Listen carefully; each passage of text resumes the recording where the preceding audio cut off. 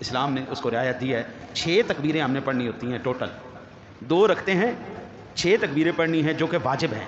پہلی 3 تکبیریں پہلی رکعت میں قرات سے پہلے, دوسری 3 تکبیریں قرات کے بعد. یہ یہاں تک یاد ہو گیا. 2 رکھتے ہیں 6 تکبیریں, 3 پہلے 3 بعد میں, پہلی پہلے دوسری قرات سے بعد. ایک تکبیر تو ہو گئی تکبیر تحریمہ کی جب ہم سٹارٹ کریں گے. پہلی تکبیر ہوگی تکبیر تحریمہ کی. پھر آگے ہم نے پڑھنی ہے 3 تکبیریں جو واجب ہیں. وہ 3 تکبیروں میں پہلی تکبیر پر ہاتھوں کو کانوں تک اٹھا کے نیچے چھوڑ دینا ہے, دوسری میں بھی چھوڑ دینا ہے, تیسری میں باندھ لینا ہے. پھر ہم اعوذ باللہ بسم اللہ پڑھ کے تلاوت کریں گے. تلاوت کے بعد پھر ہم پوری رکعت ادا کریں گے. دوسری رکعت میں پہلے قرات ہوگی. اب ٹوٹل پڑھی جائیں گی 4 تکبیریں. 3 تکبیریں پڑھی جائیں گی واجب کی, اور چوتھی تکبیر پڑھی جائے گی وہ رکن تعدیل رکن کی جو ہم رکوع کے لیے جاتے ہیں. 3 تکبیروں میں کانوں تک ہاتھوں کو اٹھا کے چھوڑ دینا ہے, اور چوتھی تکبیر سیدھا رکوع میں جانا ہے. چوتھی تکبیر میں ہاتھ نہیں اٹھانے. پھر انشاءاللہ تعالی العزیز ہم نماز پڑھنے کے بعد خطبہ پڑھیں گے. خطبے کے بعد انشاءاللہ تعالی العزیز ہم دعا کریں گے. اللہ تعالیٰ اپنے محبوب کے صدقہ ہماری ان قربانیوں کو اپنی بارگاہ میں قبول و منظور فرمائے. کھڑے ہو جائیں, صفحے سیدھی کر لیں.